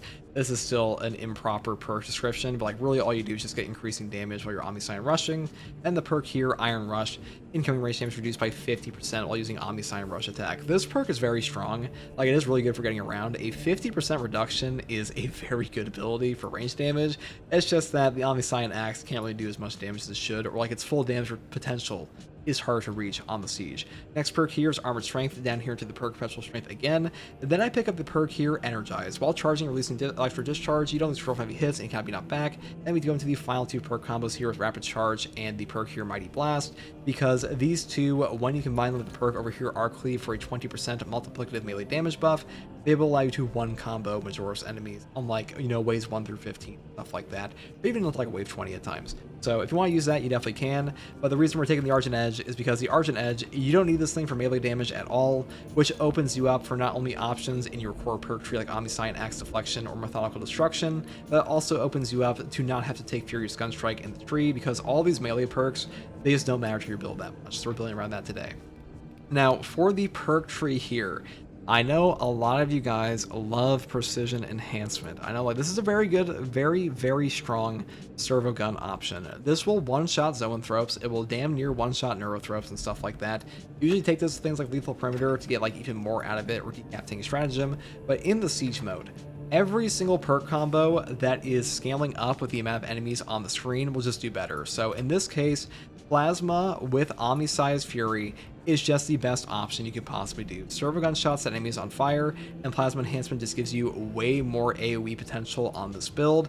In the hard strats, in the operations, I think Precision Enhancement is a bit better than the Plasma is. But in Siege mode, there are so many fucking enemies on your screen that having more burn with more Plasma AoE, that's just the best you're going to get. And the biggest issue with the plasma gun is that shots do get blocked by like enemy body shots. Like occasionally you'll just like sit there and shoot over and over into the same guy, but on the higher waves it doesn't matter too much, because your plasma shots, they'll just be AoEing around like 50 dudes anyways. So a really good scaling for that, and definitely better than Explosive Enfilade for like the standard Bolter. And Precision Enhancement is still good in Siege mode, this one's just better. Next perk here is Omniscient Axe Deflection. After a perfect parry or perfect block, you take 25% less damage from range attacks for 10 seconds. This perk pairs perfectly with the perk down here, Argent Edge. So the thing about range damage reduction in Space Marine 2 is that range damage reduction will work on your armor, not just your HP. And because of that, you're getting so much benefit on Techmarine, especially with range damage reduction, because you have perks like Battlefield Repairs, you have perks like Fortifying Salvo to give you back armor. This class gets a ton of armor regen, and you can stack that on top of range damage reduction. So like, unless you start to get seriously pelted by melee enemies and lose that armor, that is when the Techmarine actually gets fucked. But when it comes to like the normal Omniscient Axe deflection, this is a very powerful perk effect with Argent Edge. Now I will say, if you aren't taking Argent Edge or you don't want this range damage reduction, you can take Methodical Destruction. Enemies damaged by equipment take 25% more damage for 10 seconds, and you can also take the perk up here, Explosives Adept, for 50% more damage from equipment. Now, they actually buffed up this perk this patch from like a 35% equipment damage buff to 50%, and Methodical Destruction is also now able to be used by the Sanctified Wrath Reliquary perk. So basically, you can use the aura farming like AoE pushback of Sanctified Wrath Reliquary to trigger the 25% damage buff for 10 seconds against enemies. That's kind of goofy as fuck, I'm not gonna lie. You really don't need to do that. It's just that that is an option now if you want it. But like, for the most part, I would stick like Melt-A-Bombs and Crack Grenades and stuff like that for these. And also a 50% buff here is quite nice. Now, the next perk I take pretty much all the time is a Long Range Barrage here. Range damage at ranges greater than 20 meters increases by 25%. So if you take this perk on top of the Heroic Heavy Bolt Rifle from Remote Threat, you know, you're getting a ton of extra damage here while you're like beyond 25 meters. This also applies to your grenades, so pretty good synergy there. And also on the other options that he has, it's still a pretty strong option. Next perk here is Battlefield Repairs. Team members restore 1 additional armor segment for finishers on Majoris or Extremis enemies. This is still the best team perk by far. They buffed up Reinforced Position and now works for a 30% range damage reduction, or just flat damage reduction I should say, with a 20% damage buff while you're within 15 meters of an active sentry gun. That's not bad. This is just better. I mean, free armor in this game is a crazy perk effect. This will probably be the best for a very long time. I really can't see them like doing anything on this level unless they dramatically buff this to like give you an extra Melt-A-Bomb, or like this one is reworked entirely or has like some ridiculous damage bonus around it. Next perk here is Designated Target. Enemies hit by the Stormer Gun take 15% more damage for 10 seconds, or you can take the perk down here, Synergistic Arsenal. Now, the 25% recharge rate increase from this perk is actually very noticeable in this game, and being able to buy Tarantula Sentry Guns now is super nice in the Siege mode, and because of that, you actually get full benefit from this. Now, if you want to, if you're taking an Omniscient Axe, if you're taking a Power Axe, I would definitely take Inexorable Salvo, because having no knockback for 15 seconds is super powerful on those weapons. It's just on the Argent Edge, you don't care as much for like your no knockback, because this perk just kind of like eliminates enemies from being able to stagger you as long as you make sure your parries are on point. Now, the next perk I take here is Augmented Tarantula. Tarantula Sentry Gun damage increases by 30% and ammo increases by 50%. Now, in the Siege mode these days, you can buy a Sentry Gun, and you can also buy an upgrade for your Sentry Gun. And because of that, this will give you a ton of bonus damage on your Sentry Gun. And your Sentry Gun being able to shoot for longer, that is super valuable. And that is like an incredibly valuable option now. Now, if you want to take the perk down here, Punching Salvo, for more equipment charge, you can definitely do that. But like, as far as the options go, this is a very potent choice. And the Sentry Gun upgrade makes the weapon, or the Sentry Gun, feel almost like it was on the PTS. Next perk here is Fortifying Salvo. Killing or incapacitating an enemy with the Servo Gun restores 1 armor segment. The cooldown is 30 seconds. This perk is just free armor restore. You pretty much always pick it up. And the other perks here, like Strategic Gun Strike and the perk up here, Counter-Offensive Protocols, they do basically nothing for you on this build. Final perk here is Omniscience Fury. Servo Gun shots set enemies on fire, and this is just the best perk to take on like both the Bolter and Plasma option, because burn effects in Space Marine 2 are ridiculous, so you pretty much always pick this up. Now, for a Prestige perk tree, we do take Unflinching Focus. You're invulnerable to damage while activating Tarantula Sentry Guns. Stim Boost, Medicated Stims for 40% more HP, and then we skip over Volatile Sentry, because despite having a 1000% explosion damage increase from Tarantula Sentry Guns, this perk still sucks. So really, instead, you just want Blast Radius and Defensive Stance, or you can skip over like Stim Boost or like one of these perks for Chained Headshots. But for the most part, I think these 4 perks are the overall best for him, or you can skip over this and just take Chained Headshots. That is up to you, and that's pretty much all there is for the Techmarine build setup for Siege mode, and that's pretty much all there is for every class in Space Marine 2 on the Siege mode, at least for the builds that I think are pretty strong on them. Obviously, there are a ton more options you can use on the Siege mode now. I just think these are some of the best you can have, and like overall, I think this will benefit a lot of players in this game, and hopefully this guide gave you a better idea of how you want to run your builds in Siege mode. I'll probably have some more like individual build guides for these guys on the Siege mode later, but for now, this is my opinion on like a good setup across all the classes. Anyways, guys, if you like content like this, thank you for watching. If you want to watch me live to ask me questions about the game or just come hang out, you can find me here on YouTube or on Twitch with a link in the video description. And as always, take it easy. Thanks for watching. Bye.